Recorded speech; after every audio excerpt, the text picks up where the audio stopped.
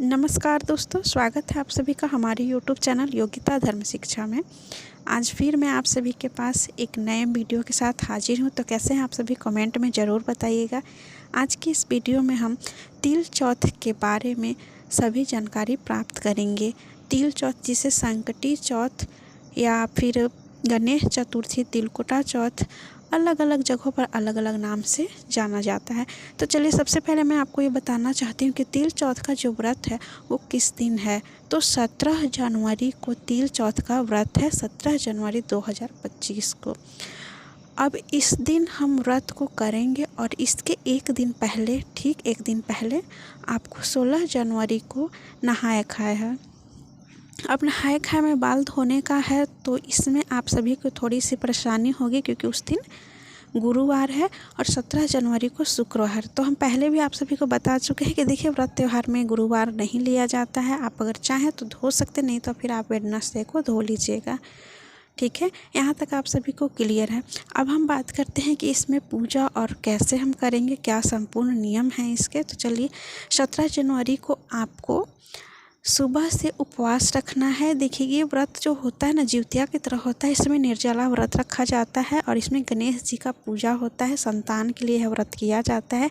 इसलिए सुबह से हमें उपवास रखा जाता है, बिना खाए पिए, बिना जल का, और हमें शाम के टाइम में पूजा किया जाता है, गणेश जी का कथा वगैरह सुना जाता है। तो देखिए, सुबह से आपको उपवास रखना है। इसके बाद शाम में आपको अच्छे आम के दतुआ, नहीं तो फिर शुद्ध बल जो ब्रश होगा आपका, उससे आपको ब्रश करना है। इसके बाद आपको नहा धोकर कोरा साड़ी पहनकर गणेश जी का जो होता है वो कथा सुनना है।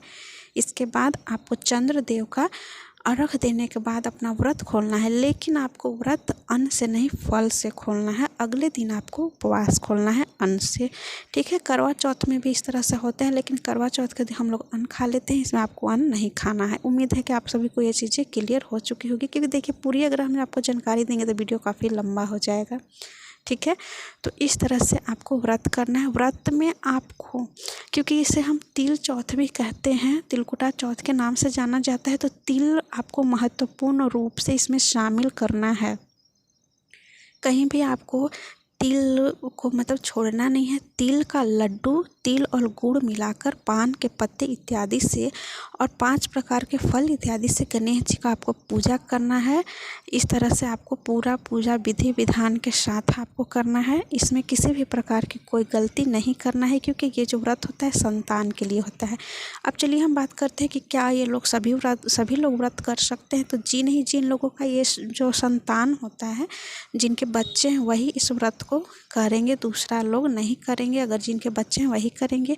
और पहली बार जहाँ तक व्रत करने की बात है, तो क्या कर सकते हैं, तो जी हाँ, बिल्कुल आप इस व्रत को पहली बार उठा सकते हैं, क्योंकि 17 जनवरी को खरमास भी ख़त्म हो जाएगा और जो आपका इस पर मलमास वगैरह नहीं, तो आप व्रत को उठा सकते हैं। यहाँ तक आप सभी को क्लियर है।